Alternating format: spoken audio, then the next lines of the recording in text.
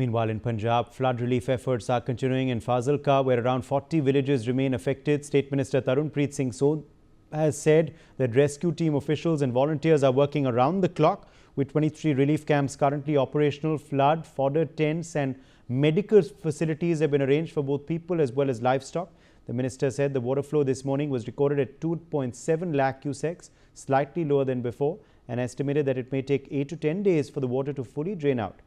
He stressed that the situation is under control, with the third round of ration distribution now underway.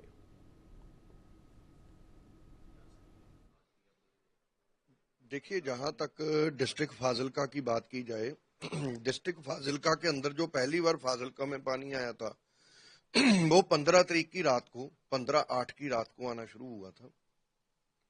16/8 को यहाँ पे पानी proper आना शुरू हो गया था।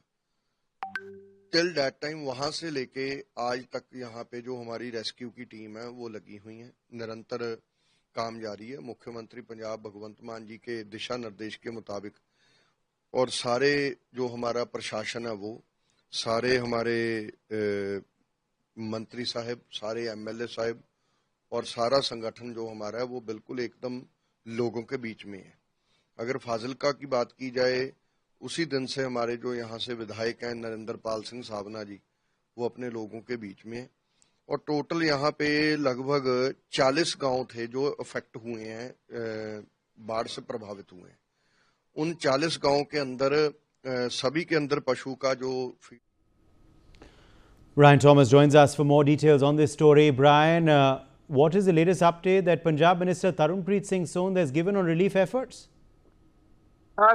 Clearly, the minister clearly stated the fact that 40 villages have been affected, and very importantly, rescue and relief operations have also been going. Till now, what he said that today the water level was recorded at 270,000 cusecs of water, which is comparatively lesser than as of 2 to 3 days. Not only that, he even stated that it would take around more 8 to 10 days to take the water out completely, and we've been on ground. We've been on Dera Baba Nanak area, we've been on Harike, we've been near Taran Taran, Ajnala, we've been covering and showing the ground reality of how the situation is, and the situation still remains very dire itself. There have been massive losses of crops worth 10 lakhs, 15 lakhs. The water level has also reached people's homes itself, which has even made them displaced from their respective houses. There's a massive loss of people also, around more than 40 people have lost their lives itself. Clearly, and also when we were speaking to the people itself, the people have been very, very distressed because of the situation that they are in, and they are also getting all the kind of help from the locals itself. The locals are coming out to provide langar, to provide relief materials, food materials, medicine kits, all kinds of materials that can be done. They're staying on shelters, temporary shelters are being made temporary, tents, shamianas have been made for them to stay. And this is happening for a month now. They're still struggling, and they are even speaking the fact that because of the water that has entered their houses now, after the water leaves, the post-flood situation would be very chaotic itself, because there would be many diseases itself. Not only that, when water reaches their houses, the water leaves, but the silt or the mud stays, and to take them out, to take that out is a major task for them. There are many people who are still lacking the treatment, lacking the basic treatment, because of the fact the authorities are not being able to reach their place, because the water has been reaching up to 15 to 20 feet itself. So they are lacking the basic medical facility and basic treatment also, and that is how the people of the Punjab province are struggling literally of the situation that has happened. In fact, Brian Thomas has filed a ground report from Ajnala. Let's quickly play that out. Well, we are reporting from Ajnala, and here there is incessant rainfall that has been happening. And as we are speaking also, you can see a tractor has been stuck here, and the tractors have been taken out. You can see two tractors have been also deployed to take the tractor that is stuck here. So that effort is also going by the locals here, who are helping to take the tractor out that has been stuck here. We will also be talking to the locals here who have been here. Sir, थोड़ा अगर स्थिति की बात करें, स्थिति बहुत ज़्यादा ख़राब है. थोड़ा बताइए, ये ट्रैक्टर भी फंस गई है, पानी भी, यहाँ एक चर्च है वहाँ तक पानी चला गया है, चर्च के अंदर पानी चला गया है. थोड़ा बताइए हमारे. सर जी स्थिति बहुत माड़ी है। प्रशासन यहाँ खड़ा नहीं, कोई जेसीबी की हेल्प कर दो। भी मान लो कोई ट्रैक्टर बहुत आ रहे हैं, 100 ट्रैक्टर आ रहे हैं, भी यहाँ को जाएँ, जेसीबी सपोर्ट कर दे। ट्रैक्टर इतनी पावर करता नहीं, धरती गिल्ली है, इस करके अब टोच नहीं पा रहे हैं ना। यहाँ कोई प्रशासन का पुलिस का बंदा खड़ा है अभी यहाँ। अब आप पानी भी पूरा रास्ते में पूरा पानी पूरा खड़ा आगे है जी। ये सारा खेत है जी, ये भरा हुआ बीच में निकल गया पानी सारा। आगे जो राहत कैंप में जाना है, जहाँ राशन नहीं पहुँचा, हमारे को ड्यूटी लगाई भी वहाँ राशन पहुँचाओ बस। और राशन पहुंचाने के लिए आप लोग जा रहे थे, पर रास्ता ही आपका ट्रैक्टर ही फंस गया। हाँ जी, ट्रैक्टर ही फंस गया जी यहाँ, क्योंकि वो गीली मिट्टी है और इसके वजह से धस गया जी। ना कोई यहाँ जेसीबी प्रशासन ने कोई हेल्प के लिए कोई सरकारी बड़ा साधन खड़ा कराया भी नहीं है भी यहाँ कोई जेसीबी आ जाए। बाप देख रहे हैं, देखो आपके सामने इधर पलट गया। भैंसों का चारा है, गाय का, बाकी दाना लेकर आए। क्या मदद पहुंचवा रहे हो सर आप लोग? क्या क्या सर मच्छरदानियाँ, पशुओं का चारा है, दाना फीड है जो खल होता है दूध वाला, बस ये लेके आए हैं। कहाँ जा रहे हो? 2 ट्रालियाँ आई हैं पानी की बोतल की। और क्या कहाँ जा रहे हो आप अभी? हम बाबा बकाला जा रहे हैं। बाबा बकाला, वो क्या है, कहाँ है वो? सिटी है, यहाँ से 30 किलोमीटर है ये अजनाले से। तो वहाँ क्या है, कहाँ, वहाँ क्या स्थिति? पीड़ता बहुत पीछे पाकिस्तान के बॉर्डर तक जाएंगे, जहाँ तक गांव है काफी, वहाँ तक पहुँचाना है।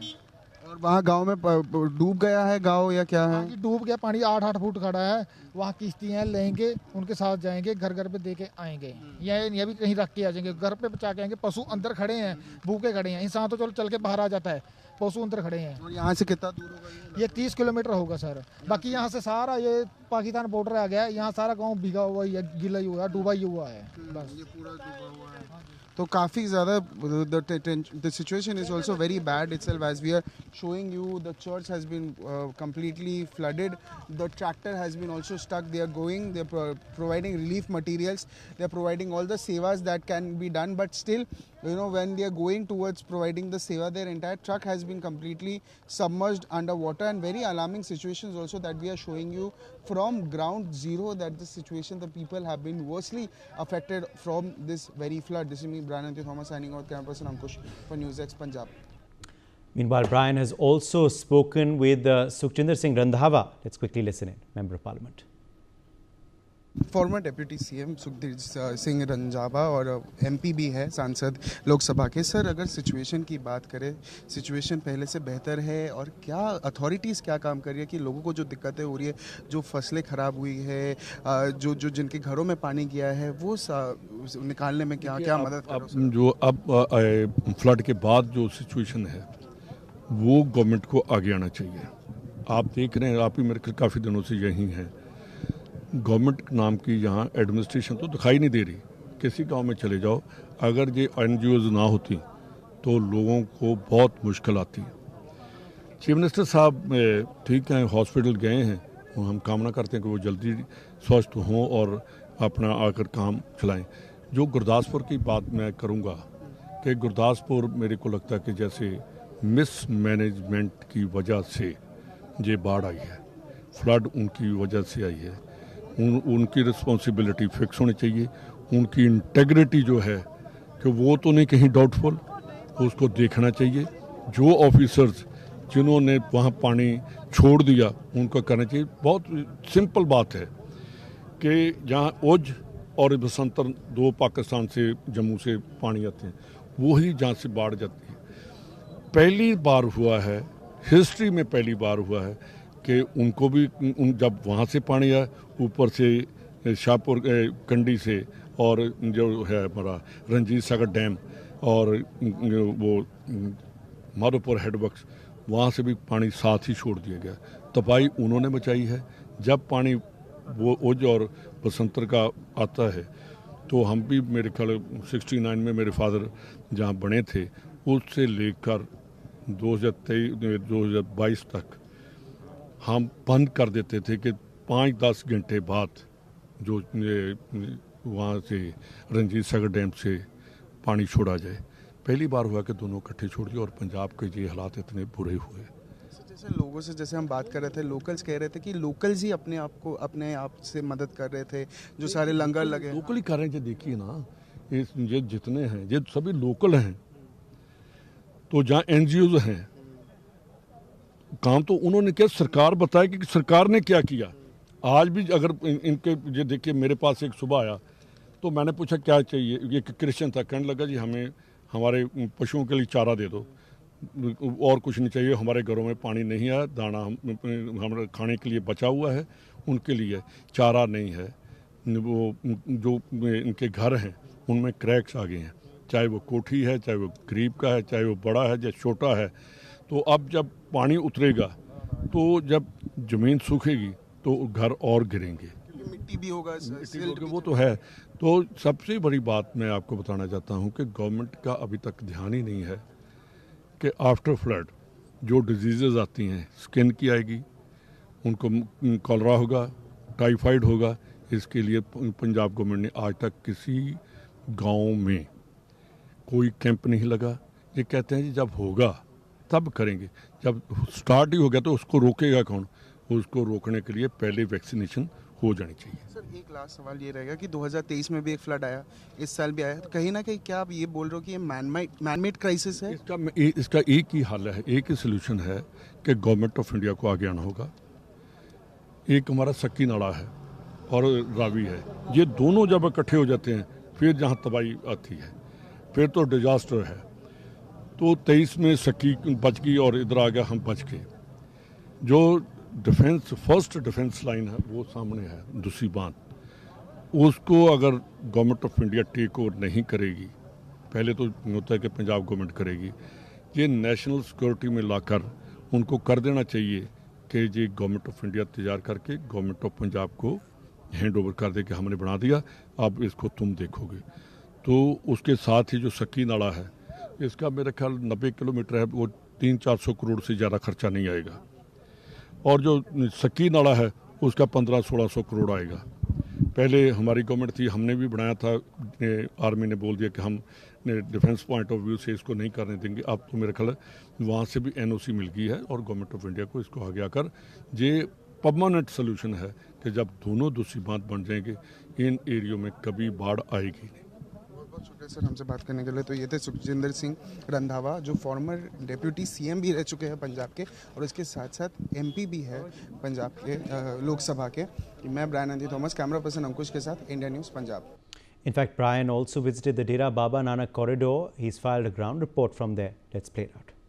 Well, we are at the Dera Baba Nanak corridor, and ahead is the border also, that where you go ahead, that is Pakistan border itself. Now clearly where we are, you can see a bridge or pull that has been broken because of the incessant rainfall and the waterlogging conditions, and because of that this entire pull that connects to the road, connects to the ahead highway, has been completely broken away. Apart from that, you can see the water is still flowing. The water is in a very high speed itself. Clearly itself, the people have also been witnessing the horrors also of the fact that the pull has been broken, the bridge has been broken, and clearly we are showing you the entire water has reached the surface level. This entire land area has been completely underwater, and because of that a bridge has also been broken itself. So clearly a very alarming visuals that we are showing you from ground. This is Dera Baba Nanak. NewsX is exclusively on ground zero to give you these ground reality, to give you this ground picture of the fact that this pull has been witnessing the rainfall, and unfortunately because of the pull, this entire stretch of the pull that we are showing you has completely broken off and has been broken away, and people, the connectivity that was there has been also lost, and clearly there are many such villages pinned here that have also been completely submerged underwater. This is me, Brian Andy Thomas, signing out, Canvas Ankush for NewsX Punjab.